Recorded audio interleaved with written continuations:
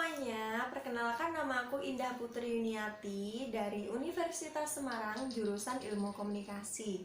Nah, di videoku kali ini aku dapat tugas nih dari dosen aku Bu Ayang untuk memenuhi tugas di akhir semester aku membuat tugas wawancara dengan salah satu narasumber yaitu Kak Iza. Nanti akan kuceritakan semua tentang public speaking dan tips-tips atau cara melakukan public speaking yang baik. Oke, tonton video aku sampai habis ya guys. Oke, jadi kita akan membahas tentang public speaking. Gimana sih caranya untuk menghandle customer, meyakinkan customer, dan juga kita akan bagi tips gimana caranya berkomunikasi dengan orang lain, tepatnya di tempat umum. Oke semuanya, jadi sambil nunggu Kak Iza datang, jadi Kak Iza ini bekerja di salah satu bank mandiri di kota Semarang sebagai staff marketing. Oke guys, di sini Kak Iza udah datang nih. Nah, aku langsung aja mau mengorek-ngorek, mengupas tentang apa sih public speaking di dunia marketing, ya kan? Marketing Mbak Zaini tuh di marketing salah satu bank mandiri di Semarang loh. Silakan Kak Iza yang mau kenalan.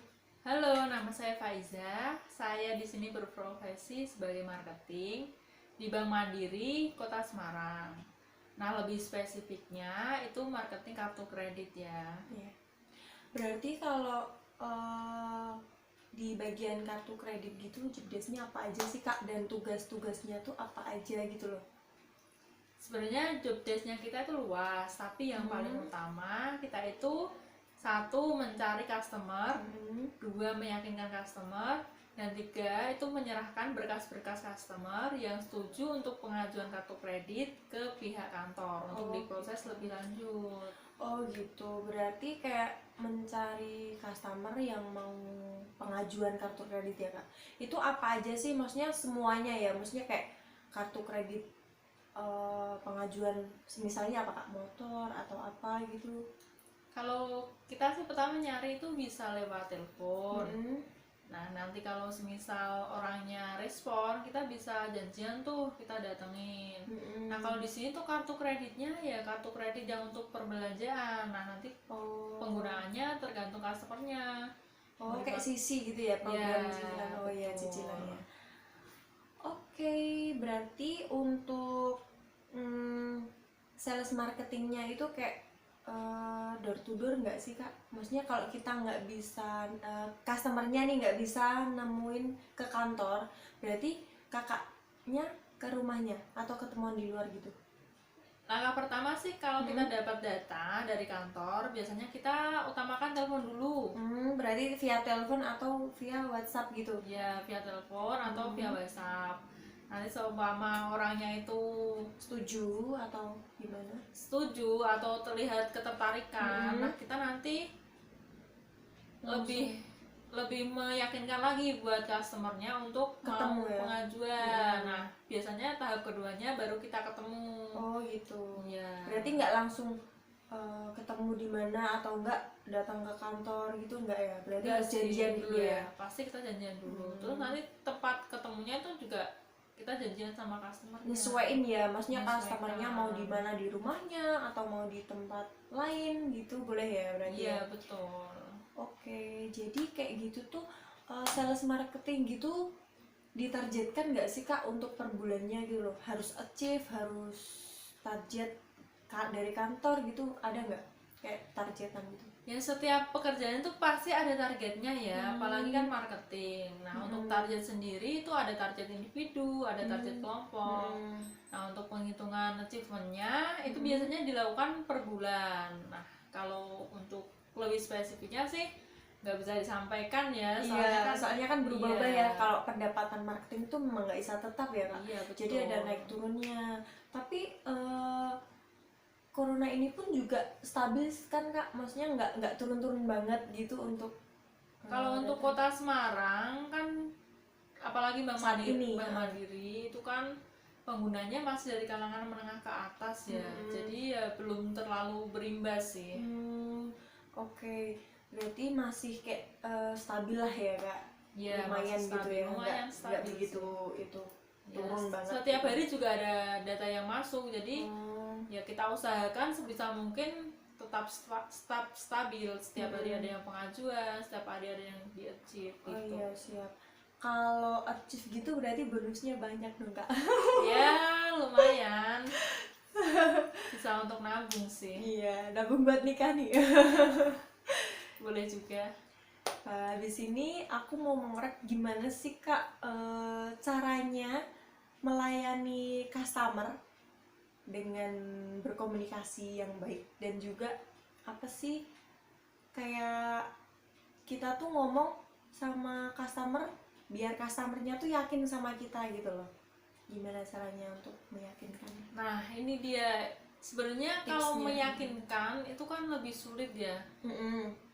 Biasanya kita pertama telepon. Iya. Kalau kita aja dapat telepon dari nomor gak dikenal, pasti buru-buru dimatiin. Iya. Nah Nah, biasanya tipsnya gimana tuh biar konsumen tuh kayak merespon gitu loh, respon untuk say hello kita lah ya, untuk berkomunikasi ya, gimana? Nah biasanya kita tuh ya perkenalan, terus pakai bahasa yang sopan, intonasi sama nadanya itu dibuat yang sebisa mungkin smiling voice, terus ya gimana biar bisa enak berkomunikasi gitulah. Terus kalau orangnya udah ada respon, ya kita nanti lanjut lebih ke menekankan lagi untuk menawarkan untuk itu menawarkan. Terus Kartu biasanya kredit. kita tuh meyakinkan dengan memberikan penjelasan penjelasan ya. lebih lanjut, terus menekankan di kelebihan-kelebihan, keuntungannya nanti apa aja yang didapatkan kalau dia bisa pengajuan kartu kredit biar gitu. tertarik gitu ya Kak ya, tertarik untuk pengajuan kartu kredit itu ya. Ya nanti kan kita paparkan kelebihannya kita apa aja, kalau punya kartu kredit tuh manfaatnya apa aja. Sebenarnya banyak sih, cuman kadang orang-orang tuh masih awam atau masih takut gitu kalau kayak punya kartu kredit gitu terus ya. kadang kan ada tagihan membengkak, padahal kan kayak gitu ya tergantung kita juga yang menggunakan. Kalau kita menggunakannya biasa aja dengan bijak juga nggak mungkin ada masalah-masalah seperti itu.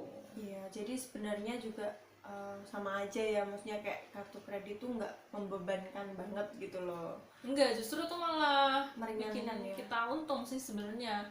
Soalnya sekarang kalau di zaman kayak gini, kita beli apa-apa langsung kita pakai uang cash, sekali keluar itu uang nggak bisa muter. Beda lagi kalau kita pakai kartu kredit. Ketika kita pakai kartu kredit, kita masih ada fresh money atau tabungan. Nah itu nanti pengeluarannya malah bisa kita atur, walaupun kita bisa dapat barang yang harganya mahal atau harganya dengan budget tinggi. Iya, tapi kan kita bisa mengatur kayak keuangan tuh bulan ini harus bayar tagihan nih segini, jadi udah di planning segini gitu ya. Jadi bisa ada uang buat nabung, buat segala macem lah ya, biar nggak boros juga sih ya, keuntungannya sih ya kayak gitu.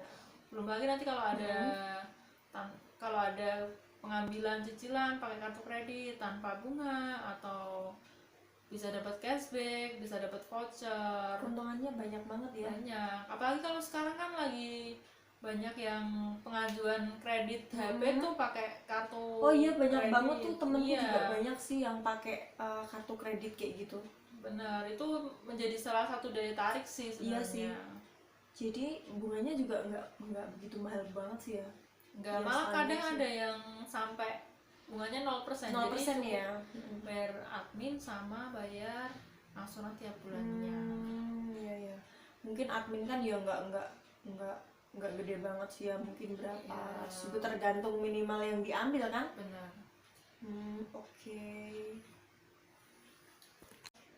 Oke, aku juga mau tanya nih Kak, semisal nih ya, kan konsumennya banyak banget tuh, pasti ada dong yang komplain gitu.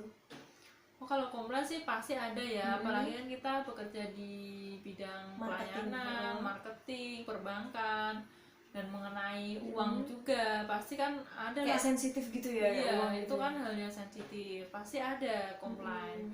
Cuma Nah, Mbak Iza, kayak gitu tuh konsumen ada yang komplain kayak gini nggak sih? Maksudnya tuh, Mbak gimana sih? Ini tuh aku udah pengajuan loh dari beberapa hari, kok nggak di ACC? ACC tuh kenapa? Dari pihak kantornya atau gimana gitu loh? Nah, kayak gitu gimana Mbak? Pasti ada yang komplain pasti kayak gitu ada, ya? dan itu komplain terbanyak sih yang masuk ke saya. Soalnya kan memang tugas saya di sini tuh memastikan customer yang sudah bersedia pengajuan kartu kredit itu segera mungkin di achieve di ACC, Oh, dan iya. segera mungkin mendapatkan kartu kreditnya bisa digunakan. Hmm, Nah, biasanya kalau mereka komplain, kenapa sih saya udah pengajuan lama tapi kok belum juga di ACC. di ACC, belum turun kartu kreditnya. Nah, itu biasanya kan karena kita saking banyaknya Data yang masuk data ya. yang masuk. Jadi kayak masuk antrian gitu ya? Iya, pasti antri. Sekarang gimana sih ya nggak antri? Terus kan sistem juga kan nggak selalu setiap hari itu berjalan lancar, kadang juga ada trouble-nya dari database-nya, ada error. Nah, itu kan juga mempengaruhi. Iya. Jadi kita tetap kasih pengertian ke customer walaupun datanya banyak, walaupun sistemnya error. Nah, di sini tuh public speaking-nya yang kita andalin. Gimana sih caranya kita untuk menenangkan hati customer, menyampaikan kesalahan atau kendala-kendala kendala di kantor itu seperti apa, dengan bahasa yang baik dan benar, sehingga customer itu nggak kehilangan kredibilitas juga terhadap kita gitu. jadi nggak kehilangan kepercayaan juga ya Mbak. Maksudnya kita bilang A, nanti gimana nih Mbaknya bilang A tapi ternyata B gitu kan. Jadi kan customer kayak berpikiran tuh, gimana sih Mbaknya tuh kayak pelin-pelan gitu loh kalau bahasa itunya kan. Katanya hari ini bisa di apa ACC ya kan, tapi ternyata enggak gitu kan. Biasanya kalau ibu-ibu gitu kan mesti kan kayak gimana ya, ini tuh keburu mau tak pakai gitu loh, padahal di kantor juga ada kendala-kendala kayak gitu yang tidak kita inginkan ya Mbak sebenarnya ya. Nah, berarti untuk itu public speaking, komunikasi ke pelanggan itu sangat penting ya Mbak. Iya, di sini kalau menghadapi kendala, menghadapi komplain, nah public speaking yang kita tonjolkan. Gimana caranya kita walaupun ada kendala, tapi kita menyampaikan ke customernya itu Harus ngomongnya tuh yang baik benar, ya, yang benar biar ya. mereka juga nggak Bisa memahami dengan juga bisa memahami dengan baik juga ya. betul. Konsumen kan maunya dimengerti sih. Iya, tapi mereka nggak mau tahu. Pokoknya ya saya udah mengajukan harus seperti ACC. Oh ya Kak Iza, gimana sih kok Kak Iza bisa lancar public speakingnya, terus ngomongnya juga enggak belibet, terus lancar gitu, gimana sih? Ada tekniknya atau dulunya ada pembelajarannya atau gimana gitu? Ya dulu waktu pertama-pertama sih ya nggak bisa ngomong. Takut ya, takut, malu itu pasti ya, Iya, nggak pasti. pede dan Malu. lain sebagainya. Malu, takut salah ngomong, grogi dan lain sebagainya. Tapi kan dulu saya kuliahnya di jurusan ilmu komunikasi. Sama kayak aku ya. Iya, pasti kan kita juga dibekali kan Oh iya, cara-caranya. benar. Ya paling nggak kita sudah dibekali teori-teorinya lah, walaupun dalam kuliah juga ada prakteknya, tapi kan nggak banyak. Ya saya juga sudah dibekali teori-teori sih waktu zaman kuliah, dan praktek juga sih. Meskipun praktiknya ya mungkin 40%, teorinya 60%. Nah, ketika sudah terjun di dunia pekerjaan, otomatis kan juga Kita ada mengembangkan ya, maksudnya kayak bicaranya juga harus pede dan berani, mesti kudu berani sih ya untuk Iya, bicara betul. di depan orang, Nah, sebelum apalagi orang baru ya. iya benar, sebelum kita terjun kan dari perusahaan juga ada training sih yang Oh, namanya iya. training. Nah, itu juga kita nanti semaksimal mungkin belajar dari situ. Terus nanti belum lagi kalau ada senior-senior yang memandu kita. Nah, kita juga sebagai pribadi harus punya rasa mengembangkan sih. Iya sih. Gimana kalau kita nggak bisa itu, kita bisa berusaha biar jadi lebih bisa lagi, biar komunikasinya bagus, lancar gitu. Kayak gitu tuh pertamanya tuh kayak susah nggak sih Kak? Maksudnya tuh kayak aku gimana ya, aduh grogi dan lain sebagainya gitu. Pertama sih kalau susah sih mungkin enggak, cuman kadang grogi terus. Itu pasti ya, Pasti. grogi itu kayak wajar manusiawi gitu ya. Ya terus nanti yang bikin kita salah tingkah itu kalau customer kita tanya jawabnya tuh di luar dari prediksi kita, atau yang ditanyakan customer itu belum pernah kita pelajari. Nah di situ biasanya kita kalau mau bicara itu kayak terbata-bata, soalnya kita juga gak menguasai apa yang mau kita sampaikan gitu. Permasalahannya di situ sih. Tapi kalau misal kita pengalamannya udah cukup, bekal teorinya kita udah cukup, skillnya udah mumpuni, ya kalau customer tanya pasti kita bisa jawab. Gampang ya, Soalnya kayak juga santai, gampang gitu.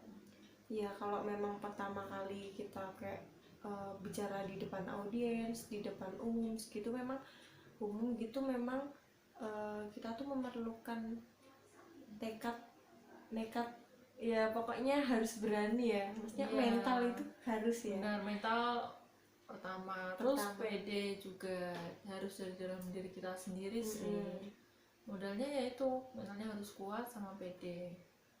Dan kalau di dunia pekerjaan tentunya menguasai bidang pekerjaan kita gitu. Oh iya, apalagi marketing ya, marketing tuh harus banyak ngomong. Iya, Dan betul. juga harus tertata juga ya, omongan kita tuh harus sopan. Terus kita juga melayani customer pun juga harus kita biar bisa diterima customer dengan baik juga, untuk apa namanya, menyapa atau memberikan penawaran kayak gitu kan harus butuh apa ya Kak, butuh kayak penyesuaian juga kan. Iya, apalagi kalau kita ada salah jawab atau kita Langsung menerangkannya sudah betul tapi customernya belum paham, penangkapannya lain. Nah itu kan juga dibutuhkan, kita harus menggali lagi gitu ya. iya, Maksudnya kita kayak, harus juga menyesuaikan bahasa kita sama bahasa orang yang kita ajak komunikasi. Kadang kan satu orang sama orang lain gaya bahasanya beda, gaya bicaranya beda. Nah tugas kita juga harus menyesuaikan, soalnya kalau kita dengan satu orang sama orang lain, kalau kita pakai cara yang sama itu kadang nggak semuanya nggak berhasil nangkep juga ya. Iya, soalnya penangkapan orang tuh beda-beda. Nah tugas kita sebagai marketer tuh harus menyesuaikan gimana cara gaya Karakter kita orang, berbicaranya dengan karakter orang tersebut gitu. Iya. Jadi kan nggak bisa ya kalau kita tuh paten nih, kita nyervisnya harus gini kan nggak mungkin ya. Kita harus menyesuaikan gimana sih karakternya orang ini, terus gimana sih kita biar diresponsif sama customer tersebut gitu kan. Jadi kita juga menggali potensi bicara kita, dengan nada kita juga diatur ya Kak ya. Iya betul. Sangat penting Apalagi ya. kalau kita punya customer tapi rentang usianya beda, misal customernya kita remaja atau customernya kita yang sudah berusia, otomatis kan kita untuk menarik perhatian bahasanya menarik juga berbeda ya. perhatian. Oke Kak Iza, berarti kita kan udah menjelaskan banyak hal ya tadi ya tentang public speaking. Nah, poin-poin penting apa nih yang dapat disampaikan nih Kak? Menurut saya ya, ini poin-poin penting dalam public speaking itu utamanya ada 3 ya. Yang pertama itu kan percaya diri, yang kedua gestur tubuh, dan yang ketiga itu penguasaan materi. Oh iya, berarti harus menguasai materi juga ya. Ya. Terus gimana sih Kak caranya kita tuh biar Oke Mbak Iza, tadi kan berarti kalau harus apa namanya, kalau mau pede itu harus percaya diri ya, maksudnya tuh harus berani dan ngomongnya tuh nggak separuh-separuh gitu ya. Terus Ya, yang kedua gimana Mbak? percaya pada kemampuan diri sendiri. Terus yang kedua itu gestur tubuh. Jadi kalau kita berbicara sama orang lain, kita harus memperhatikan gaya berbicaranya kita, posisi Mimik kita, bibir. mimik bibir, raut wajah, cara membahasakan tubuh juga, cara duduk. Itu penting yang banget sopan, ya. yang penting. Soalnya kadang kalau kita kan orang timur ya, kadang hal seperti itu tuh diperhatikan gitu. Iya, sampai sedetail itu ya, maksudnya tuh kayak bicaranya sama nadanya juga sih ya. Iya, termasuk ada bicaranya juga, jangan terlalu tinggi gitu, nanti kita malah Dikirain kita tuh kayak jutek judes gitu iya, ya. gunakan bahasa yang halus, Oke. sesuai umur, yang smiling voice gitu sih. Nah, poin yang ketiga nih Mbak, yang terakhir Kalau nih. poin yang ketiga kan kita harus menguasai materi ya. Mm-mm. Misal kita kerja di bagian Kemampuan. marketing, ya kita harus menguasai produk-produk yang mau kita Product pasarkan. knowledge tuh penting ya. Iya, penting. Terus misal kita mau hal-hal yang kecil lah, misal presentasi di depan kelas, ya kita harus menguasai materi yang apa yang mau kita bicarakan, Apa yang biar kita kita bawakan ya. bisa membawakannya dengan benar, dengan bagus, dan juga percaya kan aku udah paham materinya, jadi aku pasti bisa sampaikan gitu sih. Dan juga udah pede dan berani, nggak maju mundur gitu ya kalau udah Iya, paham materinya. Jangan sampai kita cuma asal bicara aja tapi kita nggak menyampaikan apa isinya, apa poin pentingnya, atau bicaranya kita tuh udah panjang kali lebar tapi nggak ada isinya. Jangan sampai seperti itu.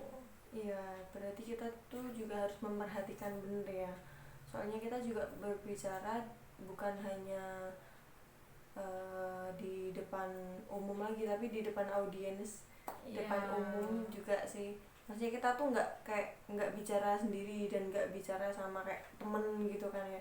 Kita berbicara dengan customer, konsumen, terus tamu. Itu kan juga penting ya kalau untuk komunikasi yang jelas dan benar. Iya, gitu. benar. Apalagi untuk meyakinkan orang kan kita harus benar yakin dulu baru kita bisa meyakinkan bahwa orang. yang kita bawakan tuh memang benar gitu loh, jadi kita pede membawakannya gitu. Ya, gitu aja sih tips-tips yang bisa saya sampaikan untuk masalah public speaking sih. Oke, siap.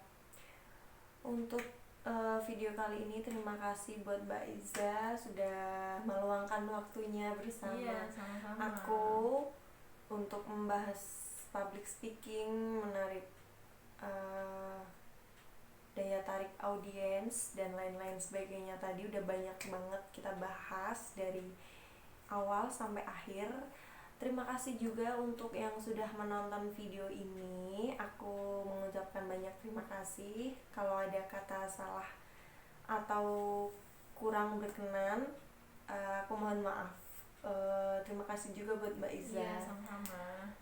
Baik, terima kasih yang sudah menonton video aku. Sekian dari aku sama Mbak Iza. Terima kasih, bye-bye. Nah, terima kasih buat teman-teman semua yang udah nonton video aku dari awal sampai akhir. Nah, tadi aku udah bahas nih sama Kak Iza tentang public speaking dan lain sebagainya, tentang cara menghadapi customer yang gimana-gimana, terus ada tips-tips berbicara di depan umum, komunikasi yang baik dengan konsumen, dan lain sebagainya lah ya. Tadi banyak banget yang kita bahas. Terima kasih buat semuanya, semoga bermanfaat. Apabila ada salah kata, aku mohon maaf. Terima kasih buat yang udah menonton, terima kasih semuanya, bye bye.